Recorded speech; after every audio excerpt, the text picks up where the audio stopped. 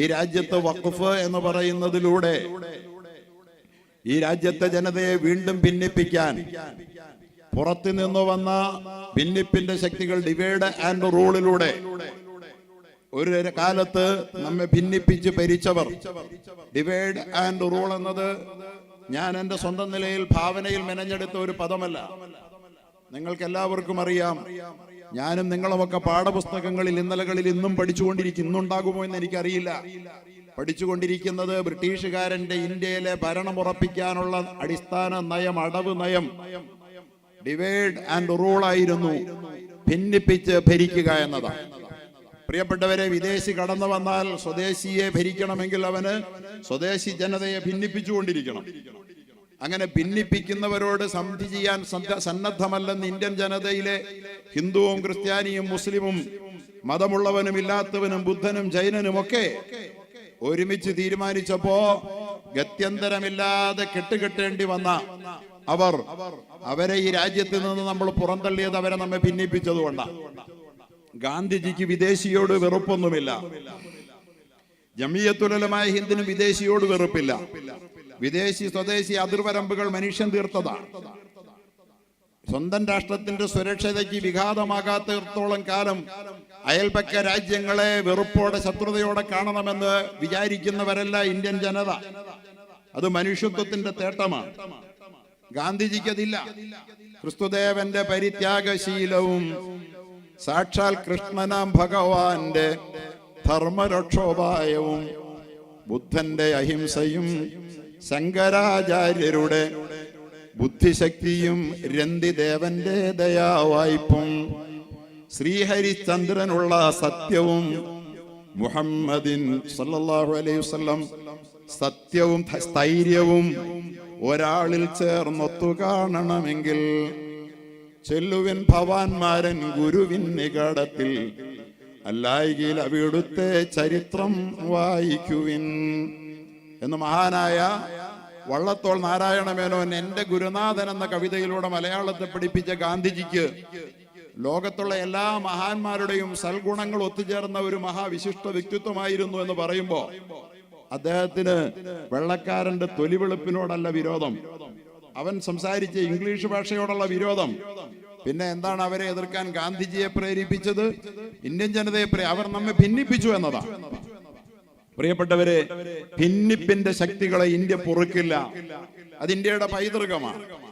ദൗർഭാഗ്യകരമെന്ന് പറയട്ടെ, അവർ ഇന്ത്യ വിട്ടു പോയതിനു ശേഷം കുറവുകൾ ഒരുപാട് നമുക്ക് പറയാനുണ്ടെങ്കിലും ഇന്ത്യ പതിറ്റാണ്ടുകളോളം 5ഓളം പതിറ്റാണ്ട് ഭരിച്ച ഇന്ത്യൻ നാഷണൽ കോൺഗ്രസ് ഇന്ത്യയിലെ ജനങ്ങളെ ഭിന്നിപ്പിക്കാൻ ശ്രമിച്ചില്ല.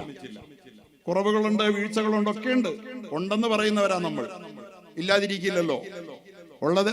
പക്ഷേ അവർ രാജ്യത്തെ ജനങ്ങളെ ഭിന്നിപ്പിക്കാൻ ഡിവൈഡ് ആൻഡ് റൂൾ എന്നത് ഇന്ത്യ നിവാസികളുടെ ഒരു നയമേ ആയിരുന്നില്ല, അത് വിദേശിയുടെ നയമായിരുന്നു. അവരെ നമ്മൾ മാനിക്കുമ്പോ ഈ വൃത്തികെട്ട ഭരണവർഗം ഇന്നലെ ബ്രിട്ടീഷുകാരൻ ഇന്ത്യയിൽ എന്ത് ചെയ്തോ, എന്ത് അപരാധം കാരണമാണോ സമാധാനകാംക്ഷിയായ ഗാന്ധിജിയെ സമരഭൂമികയിൽ സജീവമാക്കാൻ മാത്രം അദ്ദേഹത്തെ ചൊടിപ്പിച്ചത്, ആ അതേ നയം ഡിവൈഡ് ആൻഡ് റൂൾ ഇന്ത്യയിലെ ജനങ്ങളെ ഭിന്നിപ്പിച്ച് അധികാരം നിലനിർത്തുക എന്ന പദ്ധതിയുമായി ഇന്ന് ഈ ഭരണവർഗം മുന്നോട്ട് പോവുക. ആ മുന്നോട്ടുള്ള പോക്കിന് തടയിട്ടില്ലെങ്കിൽ നഷ്ടപ്പെടുന്നത്, നാമാവശേഷമാകുന്നത് നമ്മുടെ രാജ്യമാണ്. നമുക്കിന്നറിയാം, ലോകത്തെ ഏറ്റവും വലിയ ശക്തിയായി നിലനിൽക്കേണ്ടുന്ന ഒരു രാജ്യമാണ്. ജനസംഖ്യയിൽ തന്നെ ലോകത്ത് നമ്മൾ ഒന്നാമത് നിൽക്കേണ്ടതാണ്. ജനസംഖ്യ എന്ന് പറയുന്നത്, ജനങ്ങൾ, ഒരു രാജ്യത്തിന്റെ ജനസംഖ്യ, അവിടുത്തെ ഹ്യൂമൻ റിസോഴ്സ് എന്ന് പറയുന്നത് ആ രാജ്യത്തിന്റെ ഒരു മുതൽക്കൂട്ടാണെന്ന് വിചാരിക്കുന്നതിന് പകരം രാജ്യത്തെ ജനങ്ങളുടെ അംഗസംഖ്യ അതൊരു രാജ്യത്തിന് അപകടമാണെന്ന് വിചാരിക്കുന്ന മനുഷ്യത്വ വിരുദ്ധർ നമുക്ക് കാണാം. ലോകത്തെ ഏറ്റവും വമ്പൻ കുതിപ്പ് നടത്തുന്ന ചൈനയാണ് ജനസംഖ്യയിൽ നമ്മളുടെ മുമ്പിലല്ലെങ്കിൽ രണ്ടാമത് നിൽക്കുന്നത്. നമ്മളിപ്പോ ഒന്നാമതാ. നമ്മൾ ജനസംഖ്യ കൂടിയപ്പോ നമ്മൾ താഴോട്ടൊന്നും അല്ല പോയത്, നമ്മൾ മുന്നോട്ടാ. സ്വാതന്ത്ര്യം കിട്ടുമ്പോ 35 കോടിയേ നമ്മളുള്ളൂ. സ്വാതന്ത്ര്യം കിട്ടുമ്പോ 35 കോടിയേ ഉള്ളൂ. ആ 35 കോടിയിൽ പാകിസ്ഥാന്റെ 25 കോടി, ഇപ്പോ 25 കോടിയായ പാകിസ്ഥാനുണ്ട്. 20 കോടിയോളമുള്ള ബംഗ്ലാദേശിയുണ്ട്. 30-40 കോടിയായി ഇന്ന് വളർന്ന ഇന്ത്യയുണ്ട്. ഇതെല്ലാം ചേർന്നാൽ 200 കോടിയോളം വരുമായിരുന്ന ഒരു ജനതയുടെ മനുഷ്യ വിഭവശേഷിയെ തകർത്ത് തരിപ്പണമാക്കി അവരെ ഭിന്നിപ്പിച്ചാലല്ലാതെ ഈ ശക്തിയെ, ബ്രിട്ടീഷുകാരന്റെ വംശീയ മേധാവിത്വത്തിന് ഭീഷണി ഉയർത്തുന്ന ഈ മഹാശക്തിയെ തകർക്കാനാവുകയില്ല എന്ന് തിരിച്ചറിഞ്ഞ് അവർ നടത്തിയ ആ ഭിന്നിപ്പിന്റെ അതേ നയതന്ത്രം ഇന്ന് പയറ്റുന്നത് നമ്മുടെ രാജ്യത്ത് നമ്മുടെ ഭരണകർത്താക്കളാണ്. അവർ നമ്മുടെ രാജ്യത്തിന്റെ ഭൂരിപക്ഷത്തിന്റെ പ്രതിനിധികളെ അല്ല എന്ന് നമ്മൾ തിരിച്ചറിയണം. അവർ നമ്മുടെ രാജ്യത്തിന്റെ ഭൂരിപക്ഷത്തിന്റെ പ്രതിനിധികളല്ല, ന്യൂനപക്ഷമാണ്. ജനാധിപത്യത്തിന്റെ ലൂപ്പ് ഹോളിലൂടെ അംഗസംഖ്യയുടെ കണക്ക് പറഞ്ഞുകൊണ്ട് 100 പേർ വോട്ട് ചെയ്യുമ്പോ 64 പേർ നിങ്ങൾ ഞങ്ങളെ ഭരിക്കണ്ട എന്ന് വോട്ട് ചെയ്യുമ്പോഴാണ് 34 പേർ 6 പേർ മാത്രം വോട്ട് ചെയ്ത 100 പേരിൽ 36 പേര് മാത്രം വോട്ട് ചെയ്തവർ യഥാർത്ഥത്തിൽ എവിടെയാ? അവരിന്ന് അധികാരത്തിലിരിക്കുകയാ. ഇത് ജനാധിപത്യത്തിന്റെ നന്മയെ കുറിച്ച് നമ്മൾ വാചാലമാകുമ്പോൾ ഇത് ജനാധിപത്യത്തിന്റെ ഒരു ശാപമാണ്. എല്ലാ തെരഞ്ഞെടുപ്പുകളിലും വോട്ട് ചെയ്ത 100 പേർ, വോട്ട് ചെയ്യാത്തവര് പോട്ടെ, വോട്ട് ചെയ്ത 100 പേരിൽ 36 പേരല്ലാതെ ഇന്ത്യ ഈ 15 വർഷമായി ഭരിക്കുന്നവർക്ക് വോട്ട് ചെയ്തിട്ടില്ല. എല്ലാ ഭിന്നിപ്പിക്കൽ തന്ത്രങ്ങളും അവർ മാറി മാറി പയറ്റിയിട്ടും ഹിന്ദു വികാരത്തെ ആഗോളം ഉത്തേജിപ്പിക്കാൻ വേണ്ടി 3000 കോടി മുതൽ മുടക്കി പട്ടേൽ പ്രതിമ പണിതിട്ടും രാമക്ഷേത്രം പണിതിട്ടും അയോധ്യയിൽ പോലും അവരെ തോൽപ്പിച്ച് കയ്യിൽ കൊടുത്ത ജനതയാണ് ഇന്ത്യൻ ജനത. അങ്ങനത്തെ മതേതരത്വത്തെ ജീവവായു പോലെ സ്നേഹിക്കുന്ന നമ്മുടെ രാജ്യത്ത് ഭൂരിപക്ഷം വരുന്ന ഹിന്ദു ജനതയുടെ ഉദാര മനസ്ഥിതിയിൽ വിഷം കലക്കി ഈ രാജ്യത്തെ ജനങ്ങൾക്കിടയിൽ വിള്ളലുണ്ടാക്കാൻ വേണ്ടി ഇവർ നടത്തുന്ന ശ്രമത്തിന്റെ ഭാഗമാണ് വഖഫിലുള്ള ഇപ്പോഴത്തെ ഇടപെടൽ. വഖഫാണല്ലോ നമ്മുടെ പ്രധാനപ്പെട്ട ചർച്ച. വഖഫ് യഥാർത്ഥത്തിൽ എന്താണ് വഖഫ് ഇത്ര വലിയൊരു പ്രയാസകരമായ സംഗതിയായി മാറിയത്? ഭയപ്പെടുത്തുന്ന ഒരു സംജ്ഞയായി ഈ രാജ്യത്തിന്റെ മണ്ണിൽ വഖഫ് മാറിയത് എങ്ങനെയാ? ഒരിക്കലും വഖഫ് അങ്ങനെ മാറേണ്ട ഒരു സംഗതിയല്ല. വഖഫ് ഇവിടെ ജമിയത്തുൽ ഉലമാ ഹിന്ദ് വഖഫ് സംരക്ഷണം രാഷ്ട്ര ദൗത്യം എന്ന ഈ ടൈറ്റിൽ കണ്ടിട്ട് ഉന്നതനായ ഒരു ഉദ്യോഗസ്ഥൻ തന്നെ എന്നെ വിളിച്ചിട്ട് പറഞ്ഞു, നിങ്ങൾ കൊടുത്ത ഈ ടൈറ്റിൽ ക്യാപ്ഷൻ അതിഗംഭീരമായിരിക്കുന്നുവല്ലോ എന്ന്. അതിൽ തന്നെ നിങ്ങൾക്ക് പറയാനുള്ളത് മുഴുവൻ ഉണ്ടല്ലോ എന്നാണ് അദ്ദേഹം എന്നോട് പറഞ്ഞത്. എന്താണ് യഥാർത്ഥത്തിൽ ഇത് പറയുന്നത്? ഈ പറയുന്നതിന്റെ അർത്ഥം വഖഫ് എന്ന് പറഞ്ഞാൽ പലരും മനസ്സിലാക്കി വെച്ചിരിക്കുന്നത് മുസ്ലിങ്ങളുടെ പള്ളിയും മദ്രസയും പണിത് അതിനകത്ത് കുറെ ആരാധനകൾ കൊണ്ടു നടത്തുന്നതിന്റെ പേരാണ് വഖഫ് എന്ന. ഈ അബദ്ധ സങ്കല്പത്തെയാണ് ജമിയത്തുൽ ഉലമ തിരുത്താൻ വേണ്ടി ശ്രമിക്കുന്നത്. അതാണ് ഈ രാജ്യനിവാസികൾ തിരിച്ചറിയേണ്ടതും തിരുത്തപ്പെടേണ്ടതുമായ ധാരണ. അതാ പ്രിയപ്പെട്ടവരെ, വഖഫ് യഥാർത്ഥത്തിൽ എന്താണ് എന്ന് ചോദിച്ചാൽ ഈ രാഷ്ട്രത്തിന്റെ ഏറ്റവും വലിയ കനത്ത സംഭാവനയുടെ പേരാണ് വഖഫ്. ഇന്ന് ഈ രാഷ്ട്രത്തിന്റെ ഹൃദയമായി, ഈ രാഷ്ട്രത്തിന്റെ ചങ്കായി നിലനിൽക്കുന്ന, രാഷ്ട്രത്തിന്റെ കരളായി നിലനിൽക്കുന്ന പല കേന്ദ്രങ്ങളും വഖഫിൽ കെട്ടിപ്പടുത്തതാണ് എന്ന് ഈ രാജ്യത്ത് പലർക്കും അറിയില്ല. വഖഫാണ് യഥാർത്ഥത്തിൽ അതിന്റെ ആധാര ഭൂമികയായി നിലയുറപ്പിക്കുന്നത്. ആ വഖഫിനെ ഇത്തരത്തിൽ വഖഫാക്കി മാറ്റിയതിന്റെ പിന്നിലുള്ളത് എന്തെന്നറിയോ? മഹാനായ പരിശുദ്ധ ഇസ്ലാമിന്റെ ഒരടിസ്ഥാന സങ്കല്പമുണ്ട്. ഇവിടെ പറയപ്പെടുകയുണ്ടായി, അള്ളാഹു പറയുന്നുണ്ട്, ഏ മനുഷ്യരെ,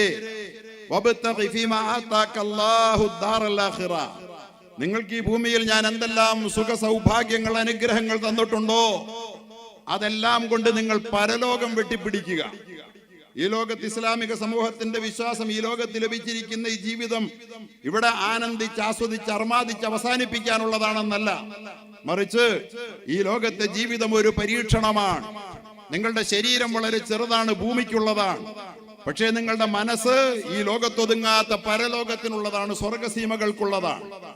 അതുകൊണ്ടാണ് ഈ ലോകത്ത് നിങ്ങൾ കേവലം 6 അടി ഉയരമുള്ള നിങ്ങൾക്ക് അടുത്ത ജംഗ്ഷനിൽ നടന്നെത്താൻ 10 മിനിറ്റ് വേണ്ടി വരുമെങ്കിൽ ഈ ഭൂമിയിൽ ഒതുങ്ങാത്ത നിങ്ങളുടെ ആത്മാവിന്റെ പ്രതിസ്പന്ദമായ നിങ്ങളുടെ ഒരു മനസ്സുണ്ട്. ആ മനസ്സിന് വാഷിംഗ്ടണിലൂടെ പാറി നടക്കാം ഈ നിമിഷങ്ങളിൽ. ഷാർജയിലൂടെ, റാസൽ കൈമയിലൂടെ, പാരീസിലൂടെ ഇപ്പോഴും പാറി നടക്കുകയാണ്. സൗരയൂഥ സീമകൾ താണ്ടിപ്പറക്കുന്ന ഒരു മനസ്സുണ്ട്. ഇസ്ലാമിക സങ്കല്പത്തിൽ മനുഷ്യൻ എന്ന് പറയുന്നത് 6 അടി ബോഡിയുള്ള ഈ ഭൗതിക ശരീരമല്ല. മനുഷ്യൻ എന്ന് പറയുന്നത് ഭൂമിയിൽ ഒതുങ്ങാത്ത ആത്മാവ് മനസ്സിന്റെ അസ്തിത്വമാണ്. ആ ആത്മാവിനെ വളർത്തണമെങ്കിൽ അത് ഉദാരമാകണം, വിഭാഗീയതകൾക്ക് അതീതമാകണം, അത് സങ്കുചിതത്വത്തിനും വെറുപ്പിനും അതീതമാകണം. അത് എല്ലാ ആത്മദർശനങ്ങളും നമ്മെ പഠിപ്പിക്കുന്ന സന്ദേശമാണ്. എന്താ അത് പറയുന്നത്? അയം നിജ പരോവേദി ഗണനാം ലഘുചേതസ, അയം നിജ പരോവേദി ഗണനാം ലഘുചേതസ ഉദാരചരിതാനാം തു വസുധൈവ കുടുംബകം. ഞാൻ നീ എന്ന് മനുഷ്യരെ ഭിന്നിപ്പിച്ച് വേർതിരിവ് കൽപ്പിക്കുന്നവൻ ലഘുചേതസ, കുഞ്ഞു മനസ്സിന്റെ ഉടമയാ. 6 അടിയേക്കാൾ അവന്റെ ബോഡിയേക്കാൾ ചെറിയ മനസ്സാണ് അവന്റെ. നമ്മുടെ പ്രധാനമന്ത്രിക്കും ആഭ്യന്തരമന്ത്രിക്കും ഉള്ള പോലെ മനസ്സ് കുഞ്ഞാ, ശിശുവിന്റെ മനസ്സാ. മനുഷ്യനെ തമ്മിലടിപ്പിക്കാൻ അറിയൂ. ഗതികേടാണ്, മനുഷ്യത്വത്തിന്റെ ഗതികേടാണ്. അത്തരം ആളുകൾ നമ്മുടെ പ്രധാനമന്ത്രിയാണെന്ന് പറയുന്നത് മാനക്കേടാണ്. നമുക്ക് മാനക്കേട്, മനുഷ്യത്വത്തിന് മാനക്കേടാണ്. വേദങ്ങൾ തന്നെ നമ്മോട് പറയുന്നത് അയം നിജ പരോവേദി ഗണനാം ലഘുചേതസ, മനസ്സ് ചെറുതായവനാണ്. മനുഷ്യരെ മനസ്സ് ചെറുതാക്കരുതേ, മനസ്സാണ് നീ, മനസ്സുകൊണ്ട് നിങ്ങൾ വലുതാവുക. ഉദാരചരിതാനാം തു വസുധൈവ കുടുംബകം. ആരാണ് യഥാർത്ഥത്തിൽ വലിയ മനസ്സിന്റെ ഉടമ? വലിയ മനസ്സിന്റെ ഉടമ ആരാണ്? ലോകമേ തറവാട് തനിക്ക് ചെടികളും പുൽകളും പുഴുക്കളും കൂടിത്തൻ കുടുംബക്കാർ. ത്യാഗമെന്നതേ നേട്ടം, താഴ്മതാൻ അഭ്യുന്നതി. ഗാന്ധിജിയെ കുറിച്ചാണ് വള്ളത്തോൾ ഇത് പറഞ്ഞതെങ്കിൽ ലോകമേ തറവാട്. ബഹുമാനപ്പെട്ട ഉസ്താദ് പറഞ്ഞു അൽ ഖൽഖു ഇയാലുല്ലാഹ്, അൽ ഖൽഖു ഇയാലുല്ലാഹ്, മനുഷ്യരെല്ലാം ദൈവത്തിന്റെ കുടുംബമാ. ഇങ്ങനെ വിചാരിക്കുന്ന മനുഷ്യനെ ഈ ലോകത്ത് നന്മ ഉണ്ടാക്കാൻ പറ്റൂ? ഒരു മനുഷ്യൻ മറ്റൊരു മനുഷ്യന്റെ ശത്രുവാണ്, അവന്റെ മതത്തിന്റെ പേരിൽ, അവന്റെ വർണ്ണത്തിന്റെ പേരിൽ, വർഗത്തിന്റെ പേരിൽ എന്ന് വിചാരിക്കുന്നവർക്ക് ഈ ലോകത്തൊരു നന്മയും ചെയ്യാനാവില്ല. അവൻ മൃഗത്തെ പോലെ ചെറിയ മനസ്സിന്റെ ഉടമയായി പതപ്പതിച്ച് ഈ ഭൂമിയുടെ പുറന്തൊലിക്ക് മുകളിൽ കന്നാലിയെ പോലെ ജീവിച്ച് ഈ മണ്ണിന്റെ അടിയിലേക്ക് വ്യർത്ഥമായ ജീവിതവുമായി അലിഞ്ഞു ചേരേണ്ടവനാണ്. പക്ഷേ അവന്റെ മനസ്സ് ഉദാരത കൊണ്ടാണ് വലുതാവുക. ഉദാരചരിതാനം തു വസുധൈവ കുടുംബകം. ഈ വസുധൈവ കുടുംബകം പാടി നടക്കുന്നു എന്ന് മേനി പറയുന്നവർ, ഞാൻ എന്റെ പ്രിയപ്പെട്ട എല്ലാ ഹിന്ദുക്കളെയും പറയുകയല്ല, അവർ ഈ ആദർശം ഉൾക്കൊള്ളുന്നവരാ. ഈ വർഗീയത മുഴുവൻ പറഞ്ഞിട്ടും അവർക്ക് ഭൂരിപക്ഷം കൊടുക്കാതെ പിടിച്ചു നിർത്താൻ ശ്രമിക്കുന്നത് അവരോടാ. തീർത്താൽ തീരാത്ത കടപ്പാടുണ്ട് ഈ സമൂഹത്തോടെന്ന് ഞാൻ പറഞ്ഞുകൊണ്ട് പറയട്ടെ. ആ അടിസ്ഥാനത്തിൽ ഇസ്ലാം എന്നും പഠിപ്പിച്ചത് മനുഷ്യന്റെ മനസ്സ് വലുതാക്കാനാണ്. മനസ്സ് വലുതാക്കാനുള്ള ഒരേ ഒരു ഉപായം എന്താ? അവനെ ഉദാരനാക്കി തീർക്കുക എന്നുള്ളതാണ്. ഉദാരചരിതാനാം. മനുഷ്യന്റെ മനസ്സ് എത്ര വലുതാകുന്നു അത്രയും മനുഷ്യൻ വലുതാ. എത്ര ഉദാരനാകുന്നു അത്രയും അവന്റെ മനസ്സ് വലുതാ. അവിടെയാണ് അള്ളാഹു പറഞ്ഞത്, മനുഷ്യരെ നിങ്ങൾക്ക് അള്ളാഹു തന്നത് നിങ്ങൾക്ക് മാത്രമുള്ളതല്ല.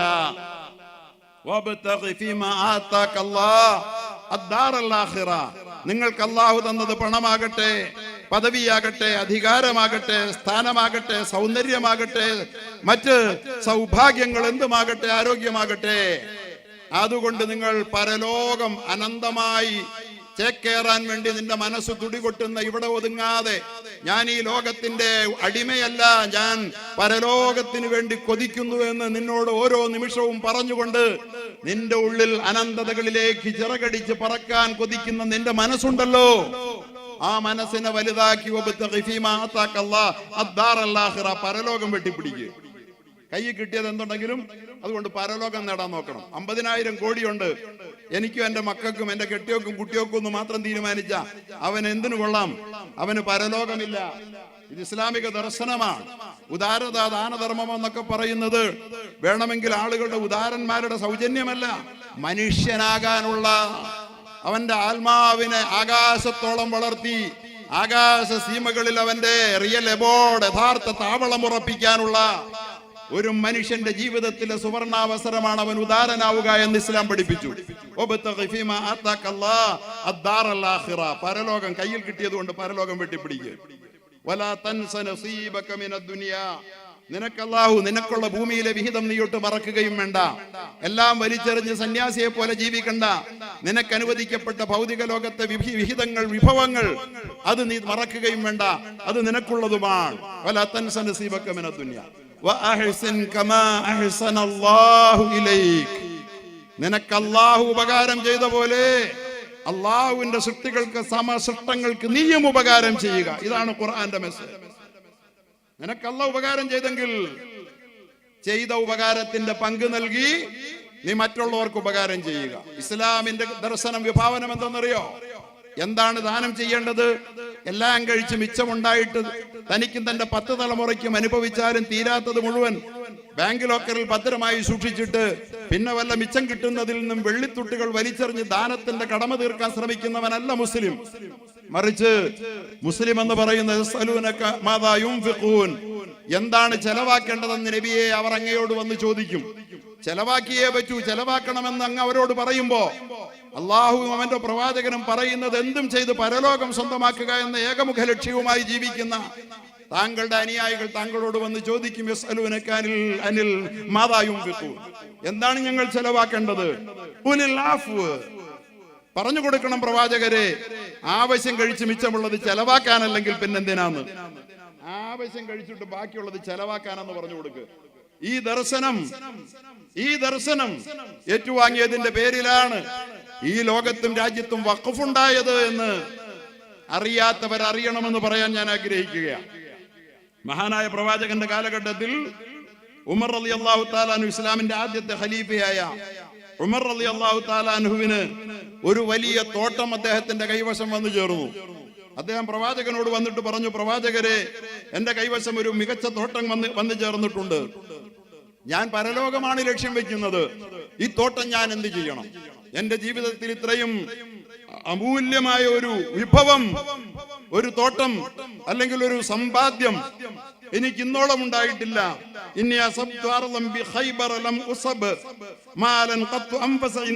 എന്ന് പറഞ്ഞപ്പോ ഞാൻ ഇതിൽ എന്ത് ചെയ്യണമെന്ന് ചോദിച്ചപ്പോ താങ്കൾ വിചാരിക്കുന്നുവെങ്കിൽ, ആഗ്രഹിക്കുന്നെങ്കിൽ ആ പ്രോപ്പർട്ടി അങ്ങനെ നിലനിർത്തിയിട്ട് അതിന്റെ വരുമാനത്തെ, അതിന്റെ ഗുണങ്ങളെ ആളുകൾക്ക് ദാനം ചെയ്യാം. പ്രവാചകൻ പറഞ്ഞു, പ്രോപ്പർട്ടി നിലനിർത്തുക, എന്നിട്ട് അതിന്റെ പ്രയോജനങ്ങൾ ആളുകൾക്ക് ദാനം ചെയ്യുക. ഇതാണ് ഏറ്റവും മികച്ചതെന്ന് മഹാനായ പ്രവാചകൻ പറഞ്ഞു. ഇന്നഹു ലാ യുബാഉ അസ്ലുഹാ, അതിന്റെ പ്രോപ്പർട്ടി, അതിന്റെ അസൽ പ്രോപ്പർട്ടി വിൽക്കപ്പെടരുത്, വിൽക്കാനേ പാടില്ല. ആരുടെ? ഉമറിന്റെ പ്രോപ്പർട്ടി. അങ്ങനെ ദാനം ചെയ്താൽ പിന്നെ ഉമറെ നീ വിൽക്കരുത്. വലാ യൂഹബു, പിന്നെ നിനക്ക് ഇഷ്ടപ്പെട്ടവർക്ക് അത് ദാനവും ചെയ്യരുത്. അത് പൊതു സ്വത്തായി സമൂഹത്തിന് ഉപകാരപ്പെടും വിധം നിലനിൽക്കണം.